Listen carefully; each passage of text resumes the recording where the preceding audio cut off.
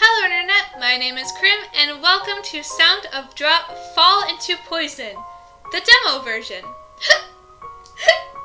Sorry about that. That was a great way to start out a video. So Sound of Drop is a visual novel that I found on Steam, and it's currently, it's still getting worked on, so this is just the demo, but it's free, so you can go and you can check it out on Steam if you want and see for yourself. But we're gonna go ahead and get started. Sorry about that. Okay.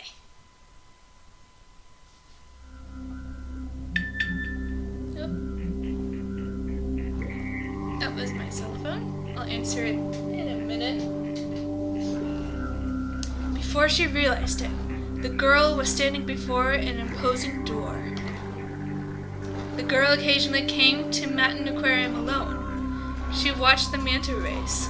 She watched the jellyfish. Finally, she decided it was time to go home.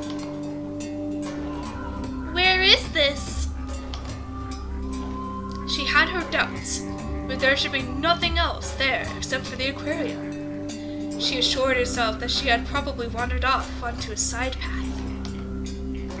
The door before her had a large paddock hanging from it. Just as she had heard, it was unlocked and merely dangling there. Go!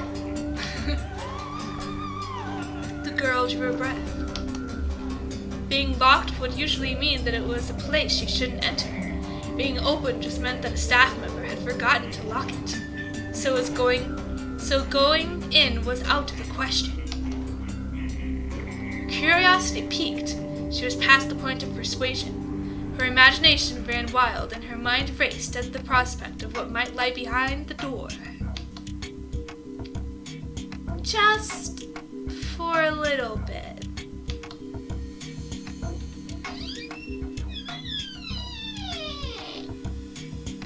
That was a great idea. She opened the door and saw lots of glass tanks. Several types of fish hailing from the deep seas, from football fish and oarfish to pelican eels and barrel eyes, were swimming about. Why isn't this an exhibit? She thought it over, wondering why this would be in a closed-off area. Behind her, the door shut on its own. The girl spaced out, staring at the deep-sea fish swimming about. They would leap from the tank and swim in midair. The entirety of the room was the fish and their ocean. Through it was an unnatural occurrence. Though it was an unnatural occurrence, the girl treated it as quite normal. Girl, you trippin' like crazy. Wasn't there originally a deep sea fish booth that was shut down? That's what you're wondering? What? Okay. She suddenly remembered. At that moment, her surroundings dyed a deep red. That's normal. The water in the tanks, the fluorescent lights, all of it was red. The girl's vision also became red. When she opened her eyes, the girl was back in her own room. It was well into the night. She couldn't remember how she had gotten home after all of that. It was a bad dream. But, more importantly, she had a bad feeling about something else.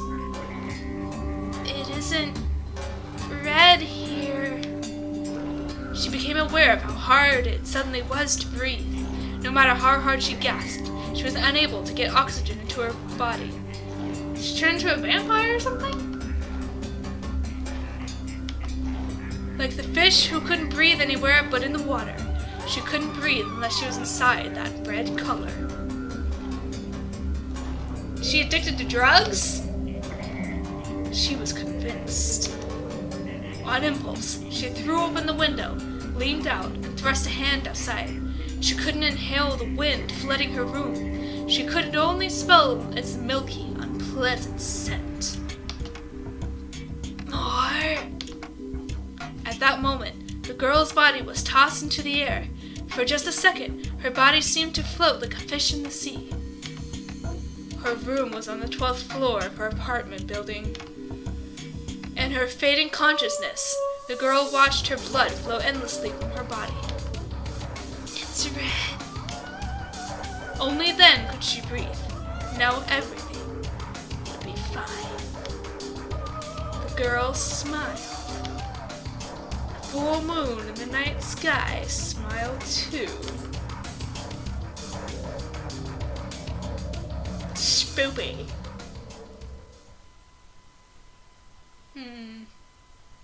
Odd story. Oh. Drip, drip. The sound of falling drops. The moon was concealed behind the clouds, and all of the lights in the town were covered in water. The sound of it, the only thing left to resonate. She couldn't tell whether it was hot or cold, merely that the humid air was encircling her.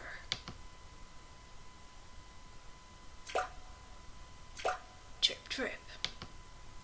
Wherever they were falling to, wherever they were coming from, the drops just continued to trickle out. That single drop. I stopped it with both hands. The sound of that solitary red drop.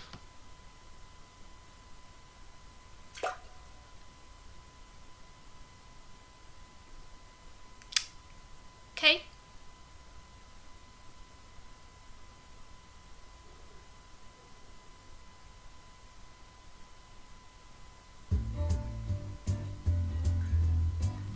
This is a very different feeling going on here. Oh. Hey girls. Himino. I'm gonna give you an accent, Himino. Or at least that's how an urban legend that goes like, or at least there's an urban legend that goes like that. Mayumi. Talking about Mantan Aquarium again? That's your new thing, isn't it? While stuffing her lunch into her mouth, Tamagawa Himino spoke, her eyes sparkling. I had no idea which point in the story got her so excited. That's right! Isn't this the scariest part? That the girl jumped to her death smiling after coming back from Mantan Aquarium? It's pretty bad. You don't seem the least bit scared, Himino. That's not true! I've got chills running down my spine. Someone who's got chills running down her spine wouldn't be eating a pastry so cheerfully. The poker with her boob? Okay. Someone who gets chills running down her spine wouldn't be eating a pastry so cheerfully. And hey, that's my meatball! No, that's her meatball. During a break in the conversation, Himino stole a side dish from I'm Mayumi. Okay. Oops. From my boxed lunch. This menaced meat from growing calves and little piglets. It's the best. Why do you have to put it like that? Jeez, why do you have to make me lose my appetite? I'll give you the rest of it. Alright, I'll take it. Stop poking me with your boob. Himino takes the rest of the meatballs from my lunch with amazing rhythm. The reason that I, Nakanobe Mayumi, lost my appetite wasn't because Himino's story scared me. Mantan Aquarium and I are connected in a way that I'd rather not think about. Of course, Himino has no idea about that connection. If she knew, she'd never mention Mantan Aquarium around me again. At the same time, I've been afraid that this thing might cause Himino to stop talking to me. Himino is pretty much my only friend. It isn't that I haven't talked to anyone since entering middle school, just that the only person I can actually call a friend is Himino. We're in middle school? What? You do not look like middle school kids. Seriously, I think wait, that's me, sorry. Seriously, I think this whole Manton Aquarium rumor obsession is getting to be a bit much. Maybe. There's so many rumors though. Like there's the man's ghost in the tanks, the deep sea fish booth is only open on a full moon, that the water changes into blood, or that you can hear crying from behind the tanks. Ah, that earlier one goes with this one. Also, no, that's fine. You don't need to say any more. I say firmly, causing Himeno to make a sour face. Soon after, Himeno changes the subject, first to a TV drama that aired the night before, then to some cute fake nails with cats on them she found in a magazine. That does sound really cute though. She then talks about a classmate who was dating a boy from a nearby private school, alighting on one subject before quickly changing to the next. Normally, the subjects of Manton Aquarium shouldn't have popped up again. Anyway, getting back to what we were talking about earlier. What exactly are we getting back to? Manton Aquarium! I looked into it, and this Sunday will be a full moon. That was all I could say, the rest of my words unable to come out. So we should go and see if the rumors are true or not. But I know you aren't interested in stuff like urban legends, Mayu, but next week we'll start preparing for the end of the semester and I won't be able to hang out with you. Lately we haven't gone anywhere together, have we? If the full moon was next Sunday, I'm sure Himeno wouldn't have said anything, but I suspect because it happens to be this Sunday and next week happens to be our exams, she's chosen Manton Aquarium. I know that I'm not hiding my confusion or my hesitation very well. Even so, Himeno turns her carefree grin my way. Since it's an aquarium, even if the rumors aren't true, we can still have fun, right? Well, that's true. Usually, anywhere I go with Himeno, I have fun. Whether or not we'd have fun was not what I was worried about. Sorry. By the way, Mayu, in the east building of Manton Aquarium, they have a Haagen-Dazs.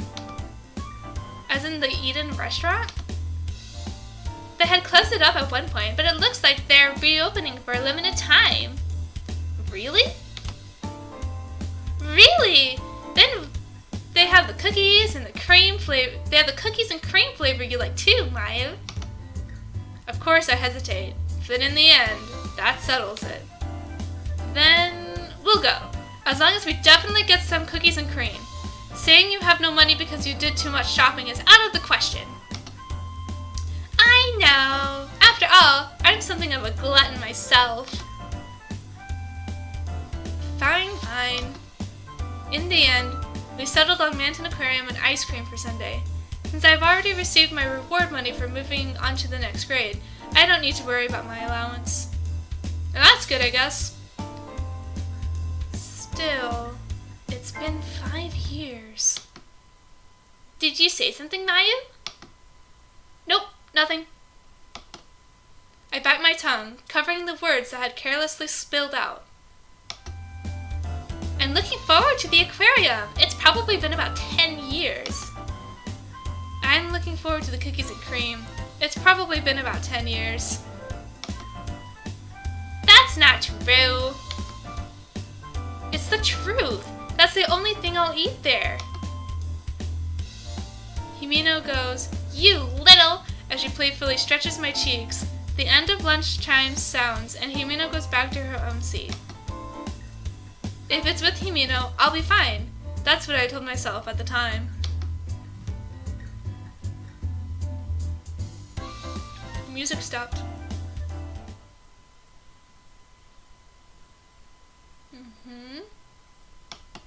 Oh, sorry, I had to click it. I was not aware. So far it's pretty good, I like it. Very pretty, and the music is very good too. Sunday is 3 days after that. The day I promised to go with Himeno to Manton Aquarium has arrived. We are to meet at noon at the Manton Cho station. As is customary for me, I arrived 30 minutes early. Why? Leaning against a pillar, I do nothing but space out. Oh, look, it's me again. Tons of people pass before me. Manton is really crowded on days off. Even so, there aren't really that many families or groups of middle schoolers, everyone around me appearing to be adults. Because of that, I quickly begin to feel uneasy. Within this crowd, I am alone.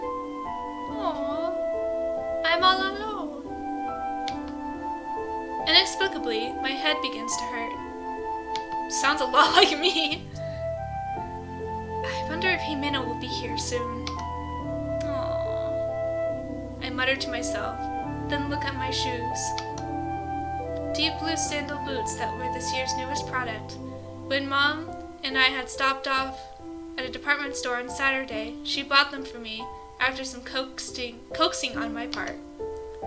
They were far from what you'd call high quality, but they were still a bit pricey on a middle schooler's allowance. I'm not usually the type to beg, but I couldn't take my eyes off these boots. My mom bought them with almost no resistance, saying, "You're going out of town, so you need to look your best." I liked both their form and their color, and found them a better fit for the summer season than anything else. I take my cell phone out and check the time.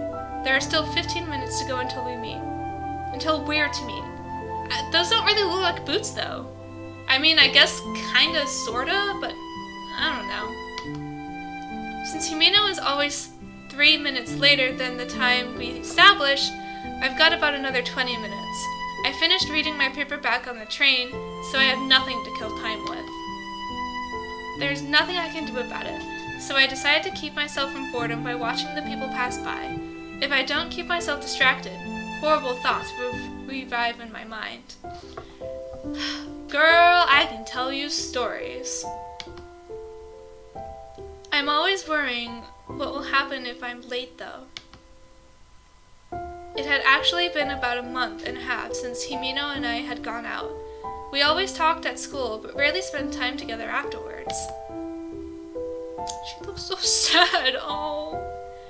Anyone who saw us probably thought we were opposites. Outings like this aside, I often spend my days off at home. It's like looking in a mirror.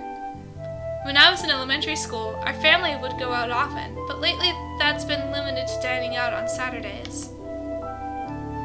So when I'm asked what I do when I stay at home, I usually just say I do nothing.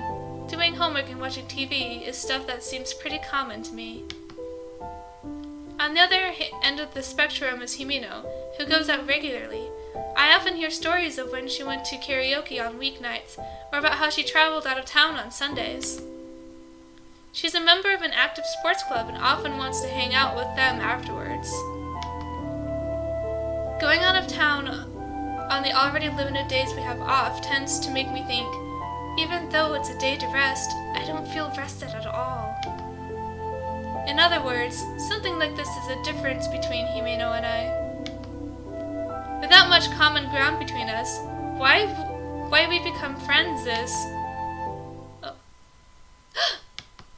Suddenly, the light faded from my vision.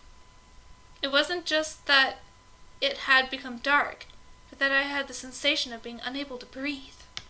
Oh no. But rather than sweating it, I got a little mad.